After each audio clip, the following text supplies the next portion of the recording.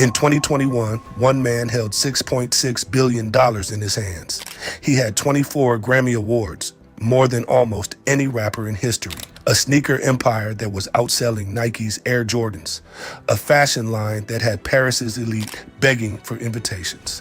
A marriage to the most followed woman on the internet. He was, by every possible measure, untouchable. And then, in fewer than 18 months, he torched every single bit of it. Not because someone took it from him, not because the music stopped working, not because the industry turned his back. He did it himself. Today, we are going inside the most spectacular, heartbreaking, and historically documented self-destruction in entertainment history. This is the complete date-by-date story of how Kanye West went from a $6.6 billion god of culture to a man banned from entering the United Kingdom. Let's go. To understand how far he fell, you have to understand how high he climbed. February 10th, 2004, Kanye Omari West releases his debut album, The College Dropout. He was not supposed to be a rapper, he was a producer, known for chopping solo samples for Jay-Z's Blueprint. Def Jam told him he wasn't a star. Radio said he was too soft. The album sold 441,000 copies in its first week. Critics called it a generational masterpiece. And at the 47th Grammy Awards on February 13th, 2005, he won Best Rap Album, Best Rap Song for Jesus Walks, and walked off with the most coveted award in hip-hop. He wasn't done. August 30th, 2005, late registration drops. That album sold 860,000 copies in its first week. He swept 3 more Grammys. By this point, Kanye West was not just a rapper. He was hip-hop's philosopher king. He dressed differently, spoke differently, pushed the conversation about race, class, and identity in ways no rapper had dared to before. And then, September 2nd, 2005, Hurricane Katrina exposed the failure of the U.S. government's response to black communities in New Orleans. During a live NBC telethon to raise funds, standing next to comedian Mike Myers, Kanye abandoned the script and stared into the camera. George Bush doesn't care about black people. America erupted. The clip went viral before going viral was even a phrase. Half the country wanted to crown him as a voice of a generation. The other half wanted him canceled. He was not canceled. He was too big, too brilliant. Before the controversies, the meltdowns, the anti-Semitism, before all of it, there is one date that every mental health professional and every person who has closely followed Kanye's trajectory points to.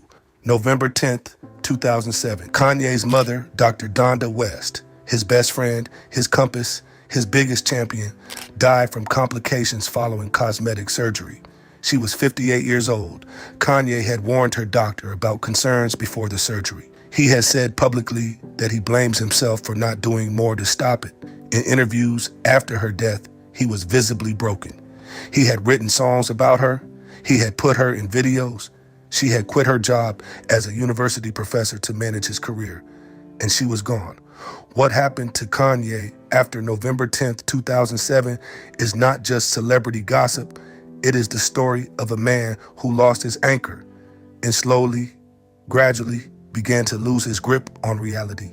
He channeled the grief into music. AO, AIDS, and heartbreak in 2008 was raw, haunting, and completely unlike anything in hip-hop.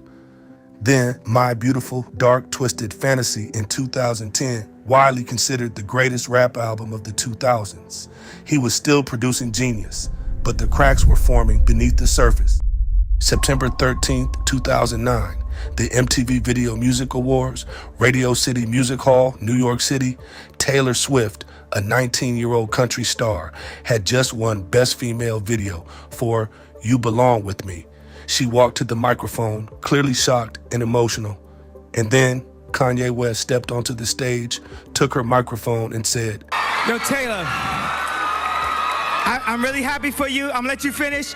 But Beyonce had one of the best videos of all time. One of the best videos of all time." The audience booed. Taylor Swift stood there, speechless. Beyonce looked mortified, and Kanye walked off. President Barack Obama privately called him a jackass. What What's he doing? Why would he do that? He's a jackass. The entire entertainment industry collectively turned on him. He would later apologize to Taylor Swift on his blog, on Jay Leno's show, and in a phone call to her personally. But the image was seared into history, and the lesson he should have learned, that unchecked impulse could destroy everything, he never quite absorbed. Fast forward to 2016, Kanye was at the absolute peak of his cultural and commercial power. He had released The Life of Pablo earlier that year. His Yeezy sneaker line was dominating streetwear globally. He was collaborating with Adidas, Gap, Louis Vuitton, and then it all started unraveling live on stage. November 17th, 2016, during a Sacramento concert on the San Pablo tour, Kanye stopped the show, stood alone in the spotlight, and launched into a 20-minute rant. He declared he would have voted for Donald Trump. He said Jay-Z needed to call him. He attacked Beyonce and Mark Zuckerberg from the stage. The crowd stood in stunned silence. November 19th, 2016, the entire remaining St. Pablo tour, 21 shows, was canceled abruptly. Ticket holders were told to seek refunds. November 21st, 2016, Kanye West was admitted to UCLA Medical Center in Los Angeles. His team called it exhaustion. Later reports revealed he was treated for a full psychiatric emergency, a psychotic break likely triggered by sleep deprivation, the overwhelming grief of his mother's anniversary, and the trauma of his wife Kim Kardashian's armed robbery at gunpoint in Paris. He was held for 8 days under psychiatric supervision. He came out of that hospital a changed man. Whether for better or worse, history would answer that question soon enough. July 4th, 2020, Independence Day, Kanye West announced via Twitter that he was running for president of the United States. He received approximately 60,000 votes in the November election, which he lost to Joe Biden. But the presidential campaign was less a political campaign and more a public unraveling. He held campaign rallies where he wept, discussing his and Kim's decision not to abort their first child north. He posted erratic tweets about Kim and her mother.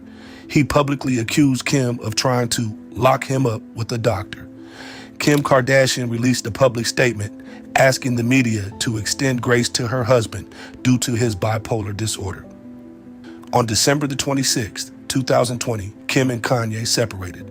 On February 19th, 2021, Kim Kardashian filed for divorce, ending 7 years of marriage and a relationship that had once represented the meeting of two cultural empires. The divorce settlement, finalized November the 29th, 2022, ordered Kanye to pay Kim $200,000 per month in child support. What happened next would strip that wealth and that status in a matter of weeks. October 3rd, 2022, Paris Fashion Week. Kanye appeared at his own Yeezy show wearing a White Lives Matter t-shirt, a slogan identified as hate speech worldwide. The hip-hop world erupted instantly. October 7th, 2022. On Instagram, Kanye posted that Diddy was controlled by Jews. Instagram suspended him. Adidas announced it was reviewing its partnership. JP Morgan Chase severed its banking relationship. CAA, Hollywood's biggest talent agency, dropped him. Gap ended its $1 billion 10-year deal. Balenciaga cut all ties. Kanye's net worth collapsed from $6.6 billion to $400 million. Overnight, destroyed by his own words. December 1st, 2022. On Alex Jones's InfoWars, wearing a full black mask, Kanye said the words that will follow him forever. I like Hitler. I love Nazis. Twitter suspended him within hours. The $6.6 billion empire gone. In April 2026, the UK Home Office issued a travel ban on Kanye West, blocking him from entering the United Kingdom. The Wireless Festival in London canceled entirely, not postponed, canceled because of one man. Here's what makes this story different from every other celebrity downfall.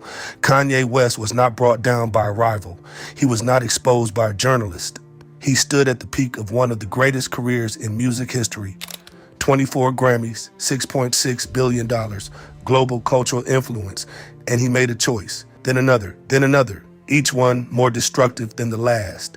The 2016 breakdown, the grief from his mother's death, and nobody around him was powerful enough to say, stop. History will debate whether Kanye is a villain or a victim of his own genius.